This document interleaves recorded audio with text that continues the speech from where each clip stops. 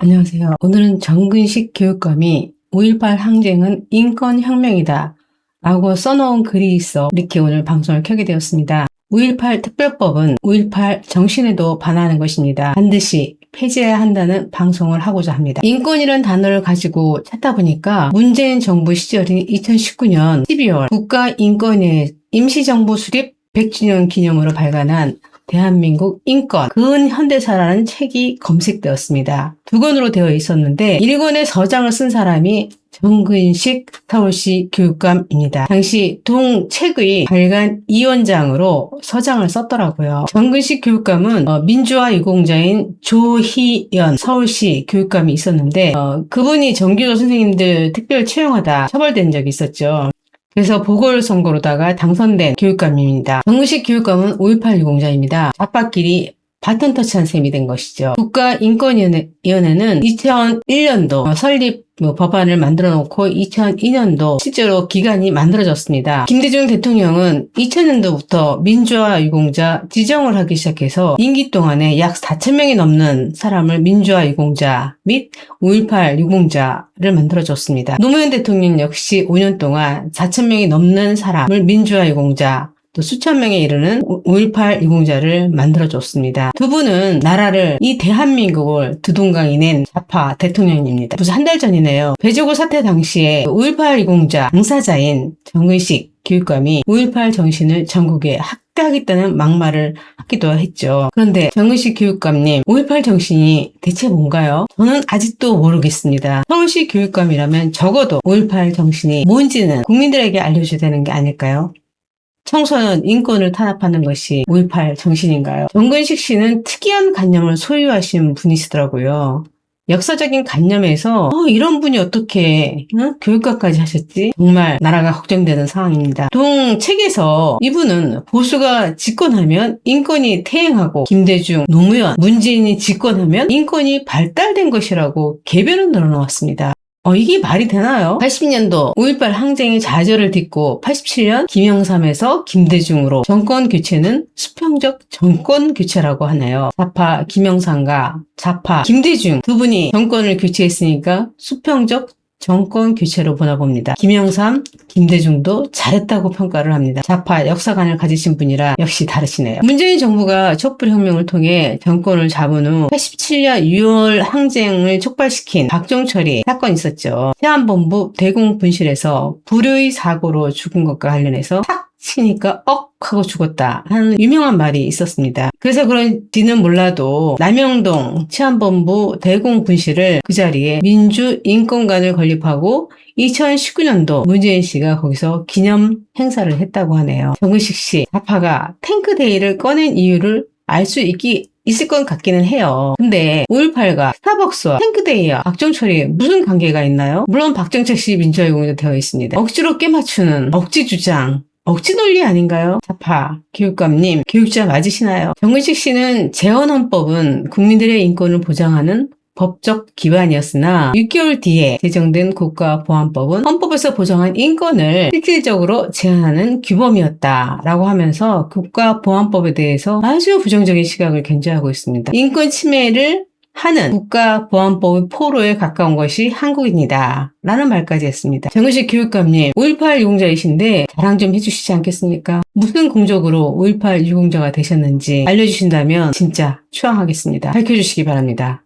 5.18 이후에 민주주의를 회복하는 꿈을 공유하고 있었다라고도 얘기합니다. 김영삼과 김대중은 낙관적 희망의 중심에 섰다. 그런데 신군부는 국민들 대다수의 꿈을 배반하였다. 이런 말도 했습니다. 전국적 대학생들을 탄압하기 위한 계엄령과 주요 정치적 지도자들에 대한 예비 검속으로 자신들의 권력을 획득하려고 하였다. 광주 시민들의 봉기는 민주주의를 배신한 것에 대한 투쟁이었지만 더 근본적인 원인은 시민들에게 가해진 계엄군의 무자비한 폭력에 대한 항의였다. 라고 쓰고 있습니다. 맞는 말일까요? 지금 현재를 한번 대비해서 말씀드려볼까요? 경기 동부연합과 통진당, 민노총 등 반국가 세력은 국가 세력을 탄압하기 위한 방안으로 대통령의 부정선거를 밝히기 위한 계엄령을 내란으로 조작하고 대통령과 군인을 구속시켜 국가 안보와 체제의 근간을 흔드는 등 민주주의를 배신하고 공산주의로 가기 위한 국민과의 전쟁을 선포하고 신국가보안법인 입틀막법을 통해 무자비한 탄압을 가하고 있는 것에 대해 울공에서도 2달 이상의 국민들이 항의하고 있는 것은 정당하다고 보는데 정근식 교육감님 어떻게 생각하시나요? 이 말이 틀렸나요? 개헌군에 의한 무자비한 폭력에 대한 항의였다고요. 개헌군은 시민들에게 포위되어서 공포의 도가니 속에서 24시간인가 있다가 겨우 탈출했어요. 탈출할 때 거기에 많이 쓰러뜨려 놓았죠. 그래서 거기를 넘어 다닐 수 없게끔, 버스를 운행할 수 없게끔 그렇게 만들어놨습니다. 유리창이 깨지고 총소리가 들리고 거기서 군인들 얼마나 죽음의 공포에 시달렸는지 그 사실 모르시나요? 시민들에게 쫓겨나듯이 그 군인들이 도망쳤던 거 얼마나 군인들이 비참한 심정을 갖고 있었을까요? 그런 생각 안 하시나요?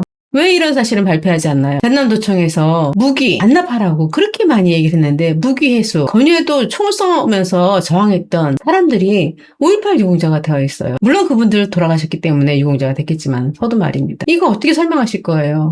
왜? 그럼 무기 반납 안 하면 어떡하시려고? 무기 반납하는 거 거부하다가 돌아가신 거 아니에요? 어떻게 설명하실 수 있어요? 무조건 국가 세력에 반항해야 되나요? 국민과 나라 지키지 말자는 것과 뭐가 다른가요? 국가는 누가 지키나요? 그때 계엄령 안 내렸으면 우리 국민들 지금 어떻게 되었을까요? 그런 생각 안 해보셨나요? 무슨 학살을 했다고 하는지 구체적인 증거를 대셔야 되지 않나요? 군인이 갖고 있었던 M16보다 시민군이 탈취한 칼빈총에 의해서 죽은 사람이 더 많다는 사실을 왜 말하지 않나요? 누가 아까운 우리 국민에게 총을 들이댄 건가요? 시민군인가요? 계엄군인가요? 이런 기가 막힌 실상을 알면서도 정근식 씨는 5.18 항쟁은 인권혁명이라고 미화시켰습니다. 예, 좋습니다. 5.18 항쟁 인권혁명이라고 본인들이 규정했어요. 그러면서 인권혁명이 강화된 것이 기가 막히게도 85년 삼민투의 서울 미 문화원 정거농성 사건을 드네요. 이 삼민투의에 있었던 사람들, 제가 알기에는 경기 동부연합에 많이 통진당에 많이 소속돼 있습니다. 삼민투의 활동을 하다 구속된 56명 5.18 민주화 유공자 되어 있습니다. 구속된 사람 전원이 민주화 유공자 된 거 보고 저는 깜짝 놀랐어요. 박선원, 허성무, 정태호 등 더불어민주당 의원, 삼민투의에서 활동한 이심의 간첩, 이정훈, 최기영, 왕대상 간첩, 김덕용, 임순택 등이 있습니다. 이들이 인권혁명을 강화한 것인가요? 체제 전복을 하려고 했던 세력들인데 이런 평가 어떻게 내려야 되나요? 이들이 12.3 계엄을 내란으로 조작하는데 큰 공을 세웠고 이들이 자신들을 비방한 자들을 처벌하는 5.18 특별법을 제정했고 신국가보안법인 정통망법, 입틀막법까지 만들어서 국민들을 제한하는데 국민들의 기본권을 제한하는데 앞장서고 있는데 인권혁명을 강화했다고요? 이 무슨 개변입니까? 기가 막힌 개변이죠. 민주화운동은 정치투쟁이자 문화운동의 양상을 띠고 5.18의 정당성은 표현의 자유에서 찾았다는 말도 했습니다. 언론 출판의 자유, 사상의 자유, 음악, 미술, 판화, 걸개 등 표현의 자유를 통해서 5.18 정신의 정당성을 찾았다고 합니다. 그래서일까요? 표현의 자유를 주장한 유공자들이 엄청 많습니다. 언론 출판의 자유, 현수막의 자유, 표현의 자유를 갖기 위해서 5.18 항쟁을 했다. 그래서 인권혁명이다 라고 말씀하시고 계십니다. 정근식 씨, 당신이 주장한 표현의 자유, 학문의 자유를 5.18 유공자들이 현재 제한하고 있는데 왜 아무 말도 하지 않나요? 본인이 인권혁명이라고 5.18 정신을 규정을 했는데 5.18 정신을 배반하는 법률을 제정해도 가만히 있는 게 5.18 정신인가요? 민주화 기념사업회가 있습니다. 국가인권위원회와 같이 설립된 민주화운동기념사업회 이사장 이재호 씨가 있습니다. 이재호 씨 지금 뭐 하고 있나요? 참 기가 막히게 저희 고등학교 은사였더라고요. 이재호 씨, 당신들이 몸바쳐 주장했던 민주화운동이 변질되었다. 혼란해야 되는 것 아닌가요? 민주화운동 한 사람 외 다른 국민들은 탄압받고 있는데 그 자리를 지키는 게 타당한가요? 정근식 씨, 이재호 씨, 5.18 항쟁은 인권혁명이다 라고 규정한 만큼 자유민주사회에서 특별 계급을 호위하는 당신들의 크나큰 신념을 저버리는 5.18 특별법 폐지에 앞장서 주시기 바랍니다. 우리 국민들도 5.18 항쟁의 인권혁명이란 가치를 누릴 수 있도록 해주시기 바랍니다. 김일성 특례법과 유사한 5.18 특별법 반드시 폐지시켜야 됩니다. 국가인권위원회에 대해서 간단하게 말씀드려 보겠습니다. 국가인권위원회는 기본적 인권을 보호하고 그 수준을 향상시킴으로써 인간으로서의 존엄과 가치를 구현하고 민주적 기본 질서의 확립에 이바지한다는 취지에서 설립되고 특히 국가 권력이 저지르는 각종 인권 침해 행위에 대한 구제에 중점을 두고 활동해야 됨에도 좌파들만을 위한 인권위원회라서 국가란 말을 빼고 저는 좌파 인권위원회로 문패를 바꿔 달기를 권유합니다. 국가 권력인 인권위원회는 현재 선관위 투표지 미지급 관련 국가폭력 내란이죠. 이재명과 그 수하의 고의적인 투표지 미지급 사태 알고도 국민들에게 패가망신 운운하고 협박했습니다. 국가 인권이 작동해야 되는 거 아닌가요? 잠실 투표소에서 경찰이 투표지 옮기다가 소년 한 명이 코마 상태에 빠졌습니다.